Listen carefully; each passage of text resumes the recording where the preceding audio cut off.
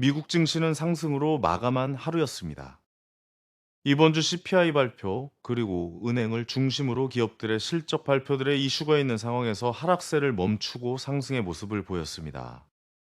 오늘 CPI가 발표되는 상황에서 미 증시와 여러 나라의 증시들은 고하게 큰 변화 없이 발표를 기다리는 모습이었다고 볼 수 있겠습니다. CPI 예상치는 전달보다 오름세가 나올 것이라는 전망들이 많으며, 그중 핵심인 에너지, 식품을 제외한 근원 CPI는 오히려 둔화될 것이라는 예상이 나오고 있습니다. 근원 CPI가 좀 더 연준의 의사결정에 중요한 부분을 차지하고 있어서 근원 CPI까지 우리는 체크해야 합니다.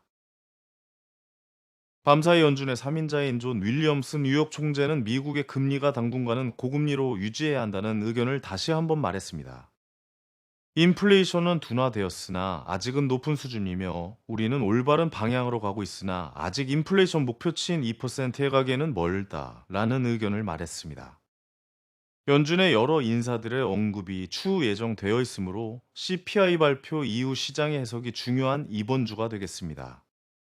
우리나라 증시는 코스피는 새해 첫날 이후 계속된 조정이 나오고 있습니다. 고점과 저점이 만들어지는 박스권이 형성될 것으로 보이는데, 어디까지 하락 조정이 나올지 지켜봐야 합니다.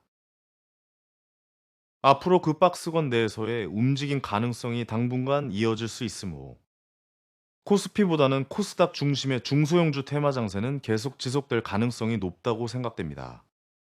코스닥도 조정이 나왔습니다. 하락 종목이 2에서 3배 이상은 나오는 장세입니다. 그러나 테마 장세가 활발히 이어지고 있으며, 테마 장세 속에서의 트레이딩은 무난한 1월이 지나가고 있다고 볼 수 있겠습니다. 어제는 삼성 부회장의 M&A 발언으로 삼성 M&A 관련주들이 움직여 주었으며, 특히 로봇 쪽에 대한 M&A 기대감이 형성되면서 관련 종목들의 큰 움직임이 나왔습니다.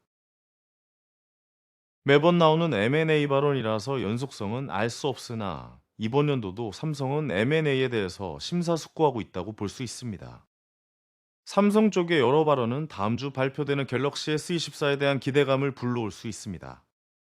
생성형 AI가 투입되는 첫 스마트폰으로서 갤럭시 S24의 관련주들을 다음 주 발표일 전까지 살펴보는 것도 매매에 좋은 경우의 수가 될 수 있겠습니다. 삼성이 첫 스타트를 하기 때문에 여러 기사들이 뻗어나갈 가능성이 충분합니다. 이재용 회장이 새해 첫 언급을 식스지로 시작했습니다.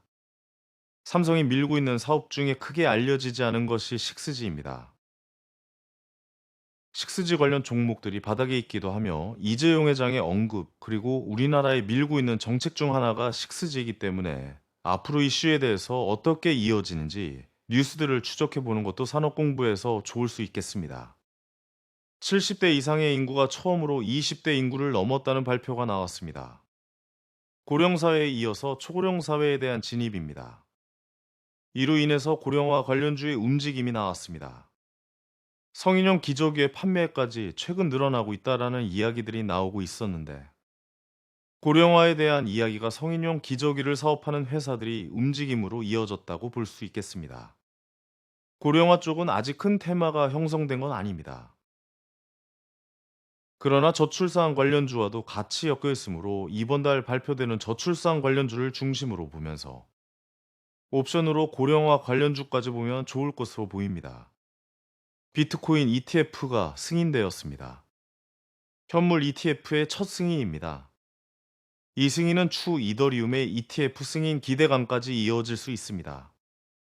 코인이 제도권이 점점 들어오는 모습이 연출되고 있으며, 앞으로 시장의 해석이 어떻게 될지 코인 쪽의 기사가 관련주를 움직일 가능성도 생각해 볼 수 있습니다. CPI 발표가 오늘 밤입니다.